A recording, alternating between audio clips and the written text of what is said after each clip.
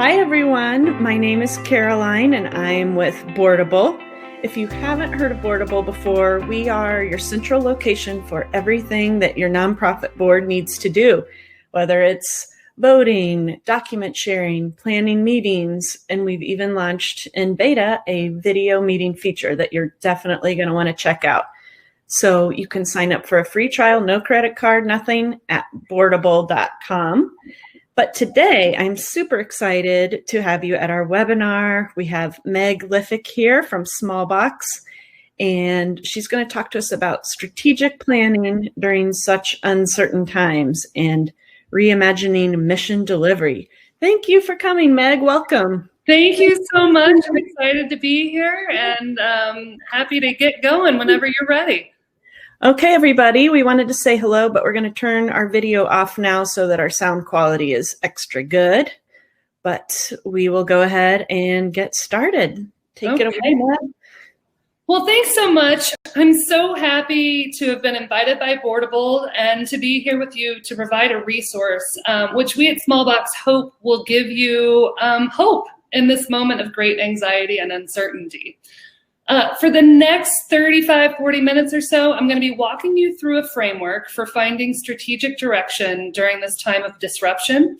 And then after I'm done, we'll open it up for questions and answers. But again, please feel free to chat questions along the way, and we'll get to them at the end. This conversation is intended to give you as leaders the tools to go back to your own organization so that you can have real conversations about your future and generate actionable plans to get you there. This is essentially a process to help you survive in the present and bridge you into the future. Let me say, it's not a replacement for a strategic plan, but instead it's a way to transition between a plan that probably is no longer as relevant as it was when you wrote it, to a plan in the future that you can write when the world is much more stable and predictable. And let's all hope that's coming sooner than later. So together, we're going to walk through a three-part framework for creating an actionable plan for resiliency. We're going to set the foundation, we'll reimagine mission delivery, and we'll assess resources. We're going to talk about who should be in the room as you create your plan, and we're going to discuss the tools needed to facilitate the conversation. Finally, we're going to discuss how to lead the conversations. So before we jump in, let me go ahead and introduce myself a little bit. I'm Meg Liffick. I'm the CEO of Smallbox. And this super smiley, optimistic photo of me was taken this year at the end of February. I started at Smallbox on February 17th. We took this photo about a week later, and about a week after that, everything changed due to the pandemic. So as you can imagine, it's been quite the adventure, but my smile and optimism have stayed because I'm incredibly lucky to be surrounded by extraordinarily thoughtful and supportive teammates.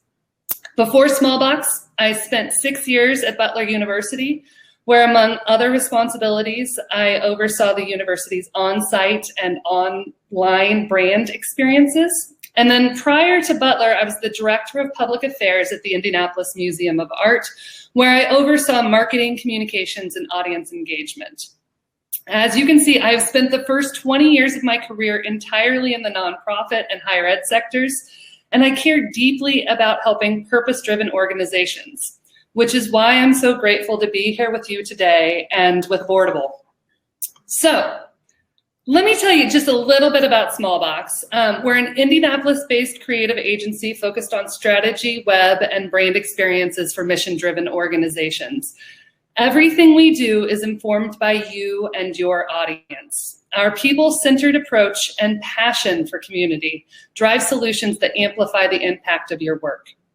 We design brands, but we also build websites, we generate communication toolkits, we facilitate community engagement, we lead strategic planning, and maybe more importantly, we help organizations find clarity and direction in times of challenge. Our process is based in the practice of human-centered design or design thinking, which puts people and audiences at the center of our work. Rooted in empathy, we seek to find solutions that have long-term value for all and not just short-term impact. Okay, so we're getting ready to hop into the framework. We've got a lot to cover in a very short amount of time, so I'm going to be moving fairly quickly through the process. Since March, I've been doing a lot of yoga to keep myself calm and centered. And so like all of my yoga sessions that are in the middle of my living room, let's just go ahead and start with a deep cleansing breath and have a collective moment of Zen. So as we speak about Zen, I just wanted to pull this quote out as a way to launch into this process. The only way to make sense out of the change is to plunge into it, move with it, and join the dance. If you don't know him, Alan Watts was a writer and philosopher who popularized Buddhism in the West and in the United States in particular during the 20th century. He believed that the concept of Zen isn't about quiet contemplation, but instead, it was a conscious effort to leave behind emotion and preconceived ideas and to move toward opening ourselves up to the forces of the universe. So, today's workshop is all about learning to join that dance. We're going to go step by step through a very focused framework on how you and your team can recognize the disruptive outside forces and respond to them in an open-minded and creative way. We're going to use creativity, we're going to use courage, and we're going to use empathy to move from this moment of uncertainty about the future to a moment of hope and ultimately a time for action. So let's just state the obvious so we can move on. 2020 has been a doozy and disruption is everywhere. This is an actual picture of me as I opened up the Washington Post this morning. Without any real build up to the moment, we have all been drawn into a world we are wholly unprepared for. COVID-19, social unrest grounded in systemic racism, and political tensions have challenged every single person in our country. There are few parts of our lives that haven't been affected by these external forces. And as situations continue to evolve and uncertainty has become pervasive, many of us, and I'm including myself here, have adopted crisis mindsets as our daily way of operating. So I'm sure you all know this by now, but in a crisis mindset, our brains can get tangled tackling the most urgent challenges without considering the greater picture. Triage becomes critical and everything else is secondary. And the problem is that everything seems important and all at once. We fall into the trap of every problem becoming a fire to fight this instant, and we lose track of the long-term impact of our decisions, as we have to focus on getting from one day to the next and 1 week to the next. And believe me, this has become even more of a challenge as the year has closed out. I thought it was going to get easier, and it's actually gotten harder. But if we stay in this mindset long enough, we lose focus on our mission, our values, and our vision. So while a crisis mindset was essential in the early parts of 2020, we have to move from survival mode to striving for change and adaptation, and ultimately to succeeding in a new future. It's time to set priorities so that we stop overloading our brains with options. Resiliency isn't just about returning to the world before. It's about considering the things we need to do to be active during this period of time as we reinvent for our future. What are we learning in this moment that will lead to a new way of delivering our mission in the future?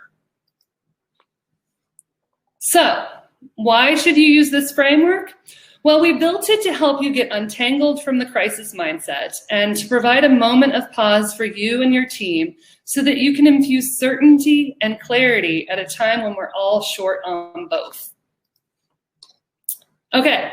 So let's dig in, maybe take another deep breath before we get going, and move from the why to the how you can implement this framework in your organization. From now until the end, you'll be learning the really practical steps you'll need to create your plan with your team. Okay, so let's start with the basics. Who should be included in this exercise? We suggest gathering a diverse selection of stakeholders together in a group that is small enough to manage, but large enough to present multiple diverse perspectives. Depending on the size and makeup of your organization, these select stakeholders can include your audience members or those who you serve, maybe some valued volunteers, employees, donors, your executive team, or your board of directors. The exercise we've developed will ask you to put yourself in the shoes of those who you serve. So we really recommend having representatives of that group in the conversation if at all possible. Too many times we've seen organizations do planning like this with just the executive team or just the board of directors. And this is really an opportunity to be inclusive and to bring your audience in as leaders or Post-its and Sharpies. And of course, if you're doing this in person, please follow the CDC guidelines and wear your masks. If you choose to do this digitally, which it's really easy to do digitally, and we've done this with others digitally, you'll need a collaborative software tool. Smallbox's favorite is Mural, but you can also just use Google Docs for the collaboration parts of the framework. And then, of course, you'll need a video conference software. So what else should you consider? Make sure everyone understands the desired outcomes and purpose of the exercise. Spend some time underscoring the value of what you are doing. Create ground rules and set expectations as a team. This could be as basic as agreeing on the length of snack breaks, or as complex as deciding how to paddle without gravity, all right? Respect one another's ideas, and this may seem basic, but often during these types of exercises, we can become dismissive of others, especially if we pull in folks from the outside. Encourage positivity. I know it's hard right now, but optimism is essential to this exercise. Allow space for personal reflection. Give the team time to let their thoughts settle and formulate ideas independently. And then understand that some discomfort is to be expected. We're dealing with big changes during a really stressful moment in history. Be prepared for tension, for tears, and other big emotions.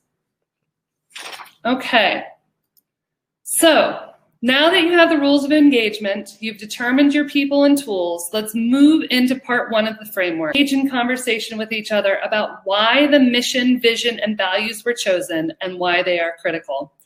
This is an opportunity really to reaffirm your organization's understanding of purpose and inspire passion for the work at hand. These three elements will be your North Star on the next part of your journey. And if you do nothing else from this framework, this is the most critical part, in my opinion, during this moment of crisis. So, just so we're all on the same page, mission asks the question of what we do, for whom do we do it, and what is the impact of the work? This is your core reason for existing. Vision asks, what is the future you want to create? This is the outcome of your existence. And then values are what your organization stands for and the governing principles of mission delivery. Use this framework and actually have your team write in the areas provided as you work through the questions. If you are doing this digitally, you can set up similar fields in a shared Google Doc or on the Mural platform that I talked about earlier. Okay, so let's get grounded. Let's chat through how you and your team can deep dive into mission, values, and vision. Okay, to begin, read your mission out loud or write it down so that everyone can see it. This is something that people don't always have access to, especially those in the community that you're serving. Give the people in this team the opportunity to reflect privately on your mission statement, and then have them write down responses to the question, why is this essential to the audiences that we serve? After everyone has had time independently to reflect, have a conversation about the responses in order to reach a better understanding of individuals' perspectives and priorities, and then your organization's perspectives and priorities around it. If your organization doesn't have written values, and a lot don't, just simply ask your team, what do you think are the 3 or 4 values that are core to our organization, and how are they reflected in what we do? You can have a large conversation around all of this and then record your thoughts and kind of narrow it down to a list of 3 or 4. So if your organization does not have a vision statement, and some don't, ask your team, what does the world look like if we achieve our mission? And give them time to reflect privately. If you do have a vision statement, just go back to what we did for the mission and ask the team, what does this mean if we actually accomplish this? Okay? Once you've had time to have a really good, meaningful conversation with your team around the mission, values, and vision, everyone should have a strong sense of foundation. These conversations will really help to gel a group and lead to stronger collaboration as you move forward your journey together. You may not know your route, you may not know your exact destination, but you should now all be facing in the same direction as you take your first steps into your future. Okay, so now that you have your foundation set, it's time to dig in and get creative.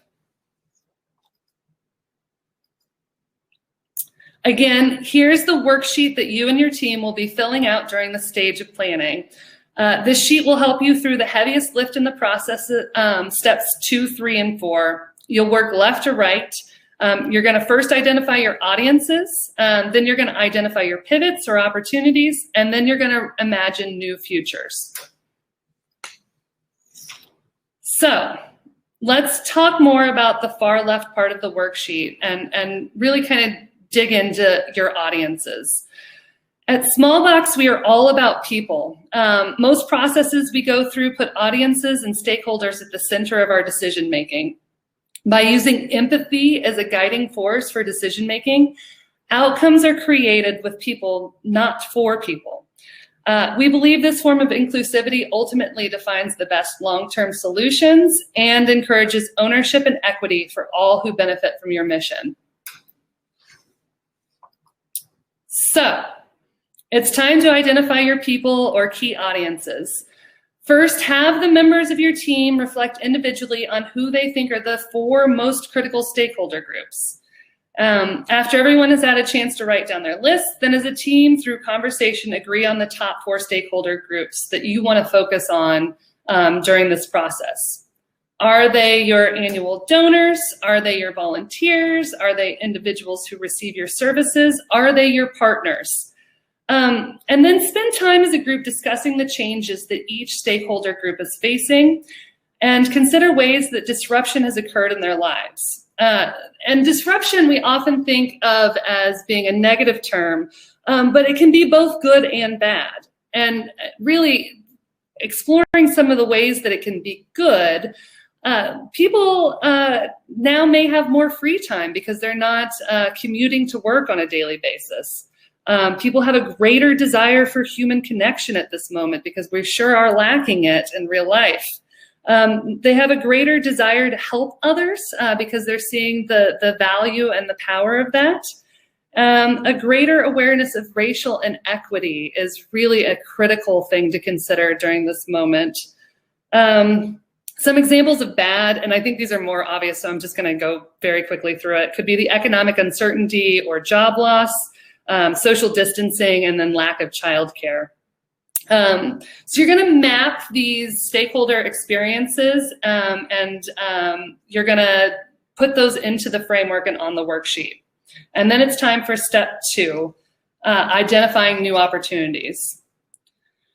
So before we get into that, I do want to talk a little bit about the concept of time because it feels very wonky right now.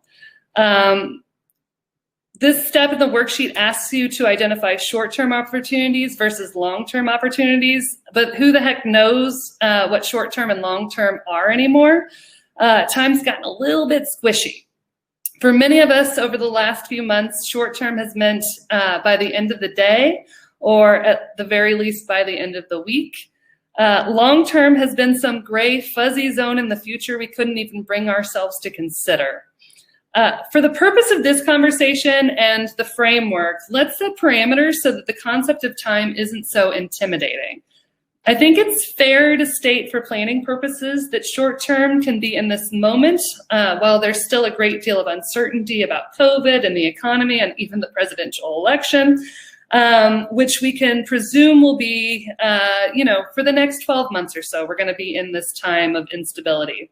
And long-term can be when there's more stability, when there's a vaccine, when we're in the next presidential term, and we're seeing more certainty in how the future is going to come together.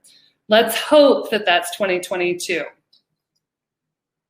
So once you've understood short-term and long-term, it's time to get creative and challenge your organization to identify new opportunities and explore ways to change. The whole purpose of this is not just to solve the challenges for your audience in this moment, but more importantly, it's to consider how these shifts may improve your mission delivery well after 2020 is over.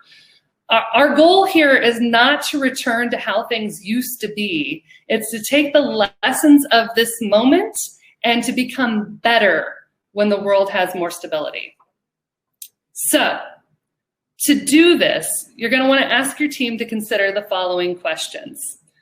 What changes might we make to address disruption and uncertainty? How do we see that we can add to our mission delivery long-term? What can we pause? What can we try? And what can we shift? Have them write their answers down individually, or even better, break into small work groups to address each audience group. And then once your pivots have been identified by individuals or your teams, then discuss as a group and iterate on the ideas. So as you do this exercise, keep these things in mind. Don't get caught in the details. Don't talk about money or staff yet. Keep this high level. Keep this, again, operating in a world without gravity to some degree. The time for discussion of resources is going to come later in this process. And then encourage creative, innovative thinking. Don't let folks get tangled up in how things currently work. Tell them to dream big. Finally, don't let fear or doubt stand in the way of this exercise of identifying your short and long-term pivots, because this is probably the most challenging time your organization has faced yet. And it's a moment to be bold. For many of you, the only viable future, and I hate saying this, but it's true for a lot of nonprofits, the only viable future may come from the courage to make big, perhaps even radical changes. So, while you're doing this, don't get caught in the details. Again, encourage others to be creative. Now, let's talk about examples of places that have found creativity and courage. Craft Jam is a nonprofit that operates out of New York City. And one of the interesting things that they've done, they used to have these in-person sort of craft parties where everybody would come together and get all of the supplies. Now they do this in an online setting. So one way that they've pivoted, and they saw that their audience obviously wasn't willing to get together in person. So they are mailing packages around the country and organizing craft jams through online videos. And in doing this, they have expanded their reach tremendously. It has gone well beyond New York City, and they've been able to really bring crafts into people's homes around the country. Another example of a pivot is a local organization here in Indianapolis called Child Care Answers. Before COVID, they would host events for parents and for daycare facilities in person, and they would get maybe a dozen people to those. They had to do this as it was part of state regulation to have people in person. The state loosened up those regulations because of COVID, and they were able to host a lot more of those events in online platforms, thus expanding their reach because it was much more accessible to their audiences, and being able to affect more change and educate more people as a result. Another example of an organization that has pivoted this year is a group called New Story out of Atlanta. New Story was developed to really fight homelessness on a global level. But when COVID started and the economy started to collapse, they saw a real opportunity to bring the idea of homelessness to a very local level. And so they created a platform where people could donate to local residents' rents that they could no longer pay, thus having a direct impact on homelessness in this moment. And then finally, another example of a pivot that we have seen is an organization, again, based here in Indianapolis, called 1150 Academy. And 1150 Academy is a nonprofit that teaches coding for students of all ages. And what they saw most recently was that there is going to be a gap for universities between Thanksgiving and February, right? Because they've changed the academic year. And so what they decided to do was really utilize that gap to partner with universities and to create a curriculum to help college students who may not have time otherwise take their courses and to learn coding over this larger break than they would have had otherwise. So those are just a few examples of pivots that are really shaping these organizations and impacting them as they develop over time. And they'll be brought into their strategic planning long term. Okay, so at this point in the process, you will have identified those pivots. The hardest part of this framework is over, and you've done the huge lift of being creative and identifying opportunities. It asks your team to dream big, to think radically, and to really consider bold change for your organization. I know that can be challenging at times. In order to solidify the process, we encourage you and your team during the next step to dream about the new future that you are moving toward. This is going to help you really kind of imagine what your organization can look like 3 years from now, 5 years from now.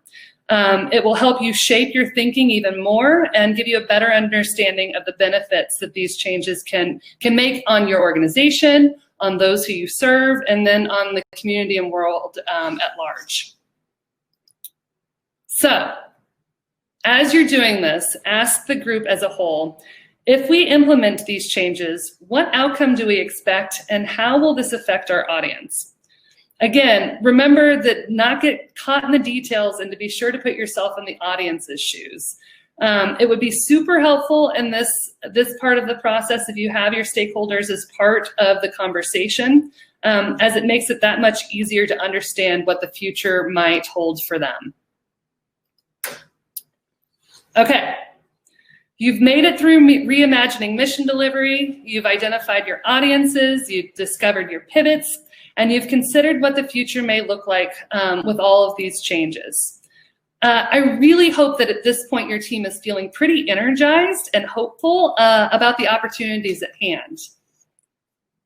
So you're going to take that positive energy and shift as a team to digging into the details, to assessing your resources and to creating actionable strategies. This is the final worksheet. This is worksheet 3, and it asks you to bring 5 of those pivots or opportunities that you developed in the last worksheet over.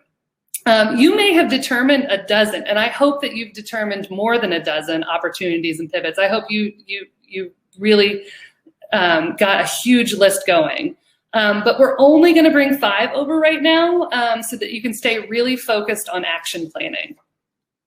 So which 5 do you choose? Well, you'll need to figure that out as a team. There's no magic to this, but you can use this criteria as you consider it. Does the pivot align with your mission, vision, and values as they currently stand? What is the level of positive impact on your audience? Is it equitable and just to those who you serve? And competition, which we don't really talk a lot about in nonprofit, but as you're reimagining how you're going to do mission delivery, it's critical to think, is somebody already doing this and are they doing it better than we can? And if they are, you might not want to enter that space. Okay, so the far left, you've brought the 5 over into the worksheet. It's now filled out. It's time to finally start to consider resources. In this stage of the framework, you're going to move from big ideas to actionable plans, and you'll leave with a roadmap to your reimagined future. This is where the rubber really meets the road. You'll consider the actions. what work will be required to make your ideas successful, the capabilities and partnerships. What are you as an organization capable of doing? What can't you do that you might need to partner with somebody else on? You're going to consider responsibilities. Who are the actual people responsible for doing the work within your organization? You're going to talk about funding. Where might we obtain the money to make this happen? Is it internal? Is it going to come from pausing something else in order to make this successful? Is it external? Are there grants out there? Are there donors out there that can help underwrite this? And then finally, you're going to talk about gaps. What's outside of your control and how can you address that? Okay, so as you go through these considerations, we recommend a few different ways of doing it depending on the team that you've assembled and the time that you've allocated. You can divide into 5 groups and have each group tackle one opportunity at a time. Then give the groups time to rotate to the next opportunity so that this becomes a really iterative approach and process for each team as they add to the work of the team before them. After the exercise, you'll discuss the final outcomes as a group. Another way to do this is to tackle this step by assigning an opportunity to an individual. Have them independently determine the resources needed, maybe as homework, and then come back to the team for discussion. And then finally, another way to do it is to have everyone tackle everything over a set period of time, again, maybe as homework, and then come back to the team to discuss. Ideally, you'd be able to accomplish this entire framework, all 3 parts of this framework in a single day. As a workshop that would last, 4 or 5 hours, maybe a half day to a full day.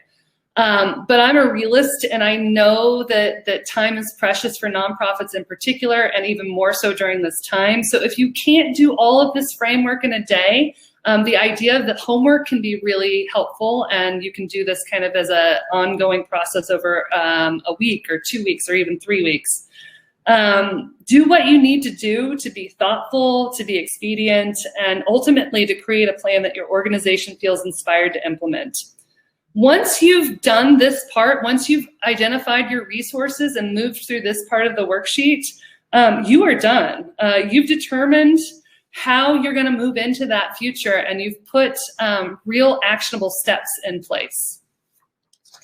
So, our hope is that this framework gives you the direction, the destination, and the roadmap for your journey. It may not feel like it now, but with a little bit of focused planning, again, just a half-day retreat might get you there, and some help from some external forces, you're going to be on your way to a brighter future. I really, really appreciate the opportunity to discuss this framework with you all. We can't wait to share those worksheets with you so you can really start digging in. And I'm hopeful that this will spring you into a bright future that you couldn't have even imagined when all of this started in March of this year. So, as we close, I wanted to share this quote by Jonas Salk, the inventor of the polio vaccine, who kind of seems like the perfect guy to turn to in this moment. Hope lies in dreams and imagination and in the courage of those who dare to make dreams into a reality. Okay, so let's reimagine together. Go out there and make these dreams a reality. Love it. I love that quote too. Looking at the questions in the chat area, everyone go ahead and enter any other questions you have for Meg here as we get started. We did see a good one here from Sally. What's a reasonable time frame for the process? You'd said just now, like a half day or so, but what if you're brand new or you only have 3 directors, a small team? So I think really and truly the lift will be for a small organization that is new or has a very small team is finding the right players and being very thoughtful in who you bring into the process. And again, as I mentioned earlier on, ideally, you'd bring in those who your mission directly impacts and into the conversation. So identifying who those people might be, donors, people from your community that may be involved as partners. Putting together the right team is maybe going to be the biggest lift. And then, if you can get them all together, over the course of a day. You can do it in a couple of chunks of time and dig into the framework and move it through, or you can do it over time and break it into each part of the worksheets. So there's 3 worksheets. You can do, an hour and a half or 2 for the first worksheet, an hour and a half or 2 for the second worksheet, and an hour and a half or 2 for the third worksheet, and really kind of break it apart that way as well. Love it. Okay. And then Sherry asks a good question. Let's say you're an all volunteer board. And who's a good person to champion this kind of a process with the board? Well, find a board member that's passionate about the future, right? Find a board member that you feel has the ability to, and really and truly, I think board members would be great facilitators of this exercise. So if you've got a board member who can lead this discussion and bring out people's thoughts and opinions in a really lovely way, lean into that and bring them along. Okay. And Dana has a great question about sort of a humanitarian nonprofit. Who would be the stakeholders in that situation? If you're, say, an advocacy group for human rights, would it be like the people who are donating and volunteering? And what about the population you're trying to support? For, as an example, the Rohingya minority groups and sort of oppressed people, would they be a good stakeholder to include in this process, or? Ideally, those who receive your mission and the benefits of your mission, if you can bring them into the conversation, that is ideal. Now, that is not always going to be the case, obviously, and we understand that. So in those cases, it's bringing in those who work most directly with those populations, who may have a deep understanding of those who you serve. And that could be, those within your own organization. It could be partner organizations that work within that same population. It could be donors who are passionate. Really, the outcome is more based, and if you can't bring them into the conversation, if you can find people who are empathetic to their struggles and to the world that they're living in this moment, then bring those folks into the conversation. Sure. So we want to get some representation outside of just the board members. Yeah, exactly. Anyone else have some questions to enter in the chat area? I do apologize again for the sound issues. I'm not sure what happened there. Looking at using a different platform next time, but you will get the replay with the entire recording tomorrow. I have another question here from Sally. What if the team leader or chair is not a planner or this type of thing? I've encountered that before. How do you reach them? So if the team leader isn't a planner or open and isn't very, open to the idea of operating, and I have to say that saying that to operate in a world without gravity, to be innovative and bold, is easier said than done, right? But if you can create an atmosphere, if you can build excitement about leapfrogging into the future, right? Because that's what this opportunity is. That we are at a point in history where we are faced with decisions that could get us to where we needed to be 5 years from now, 10 years from now. We can pause and say, what great change can we make in this moment that will help us get to the future? And for those who aren't huge planners, that's going to be a challenge. But I will say, now more than ever, deciding your path as an organization is going to be critical to your success as we proceed, right? A lot of nonprofits are going to fail during this moment. And so we've got to build excitement around the thought process of planning for a future, of being better at the end of this, and of not returning to where we once were.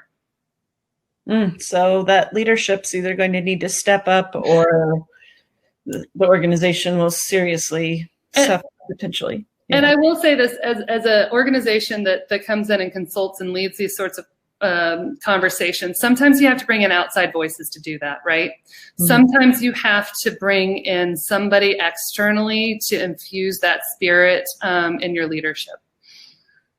Yeah, that makes sense. Unfortunately, sometimes people need to hear things from even if it's the same thing, Mhm. third party that they can have a little less bias with, maybe. Okay. Yeah. Here's a great question. How do you engage with the rest of the organization in rolling out the plan? Hmm. How do you address the objectors? I was going to say the haters, but we don't have any haters in the nonprofit world, right? The objectors. So, as you roll out the plan, just with every other sort of, if you've ever been through a strategic planning process, I think one really critical part is to be transparent in how it came together, right? To be very communicative about this. These are the steps that we took. This is how we got there. This is who participated, and be very transparent in that. And even to the degree of, if you want to show all the different pivots to internal stakeholders, or to even some of your external stakeholders on like, we had all of these ideas, but this is kind of where we got to, that can be really powerful. Addressing the objectors, and this is something that's challenging, especially when you've got to make radical changes, is that it's about survival to a lot of organizations right now, right? And making the case for that, and sometimes that comes from data. If you've got kind of some data that you can show of your organization in decline, whether it's from fundraising efforts or whether it's from mission delivery, and then say, we had to pivot. And so this is how we strategized around that. And these are the people that we brought into that conversation. But I think sometimes underscoring, and we hate doing this because we work in the nonprofit sector and we like to be optimists and idealists, but sometimes painting the picture of dire need for change can help you make the case for the objectors. And then a question I have that's sort of related to that. Is it possible to have too many people involved in this process, or what are your guidelines on it? Yes. I think being thoughtful and the numbers that you bring in and how you address, but it's always, you want a diverse group. So you want a group that reflects your internal stakeholders and your external stakeholders. And that sometimes means that you're going to get a dozen or more people involved in the conversation. I think then you really need to have a very good facilitator that you find that can help in that conversation and that dialogue. In particular, if you're going to have people who are from different levels of your organization, if you've got a senior leader and maybe a junior person involved in the conversation, then I think you've got to have a facilitator that isn't that senior level person, right? That's going to give equal voice to all. Mm-hmm. I like that. Sort of have a very inclusive group that doesn't feel like it's coming all top down. Right. Mm-hmm. Right. Chris asks, how does this process differ from strategic planning? Mm-hmm. So for strategic planning, really and truly, this is a bridge to get you through. I think strategic planning is a broader, more time-consuming process. And so I would really hope that you would take more time in that to bring in stakeholder voices, to explore your different tactics and strategies, and to really build out a long-term process of collecting your community in your planning, whether that's your community being those who you serve, or even your broader community of your city, your state, those who are connected to your organization. Strategic planning takes a broader view. This process is really looking at disruption and how to address disruption. Strategic planning would address things that aren't necessarily disruptive, that just need to be done, right? So this kind of layers in on top of a strategic plan. It also can help you bridge from a strategic plan, again, that doesn't take into account disruption, to your next strategic plan that would consider all of these changes that have occurred in the world in the last 10 months. Yeah, so this is almost not necessarily an SOS process, but definitely something we hope not to need every yes. time we're going to do a strategic. Exactly. In a similar vein, Carl is agreeing, I think, with your assessment that sometimes this is necessary just for survival. He's saying that that's the situation they're in, looking at a 50% cut to operational funds in the next fiscal year. Mm-hmm. So definitely one of those situations where there's maybe not a lot of choice involved in pivoting. Yeah, and this will help you refine, what your mission is. If you've got to cut 50% of your operational budget, then you've got to really refine what you're doing and how you're doing it. Absolutely.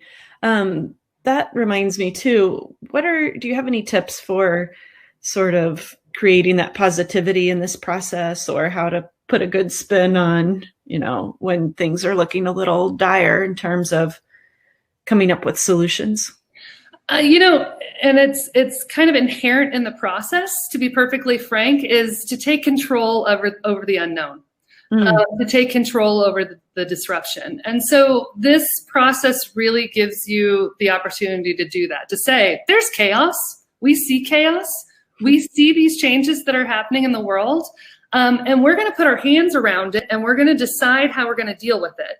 And we're going to become resilient as a result. And we're going to put real resources and actions to dealing with this change that we're facing. And I think when you can really think of it that way, as taking control over a world that we don't feel much control over, there's inherent hope in that. And I think that leads to positivity.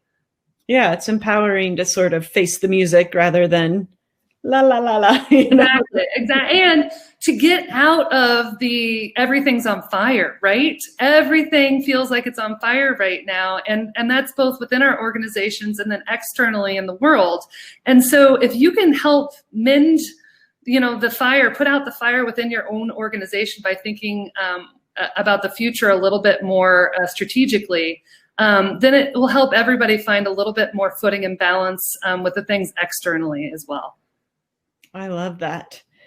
Well, if there aren't any more questions, I haven't seen any come in for another minute. I'd like to thank you again for joining us, Meg, and going through this framework with us. And as we've said in the chat throughout, we will be sending you the PDF of this framework for you to use with your team, as well as the replay and slide deck here. Any last words, Meg? No, I wish everybody the best of luck during the transition time that we're in, and I hope that we all find more hope as we move towards 2021. Thanks, everyone. We'll see you soon. Thanks.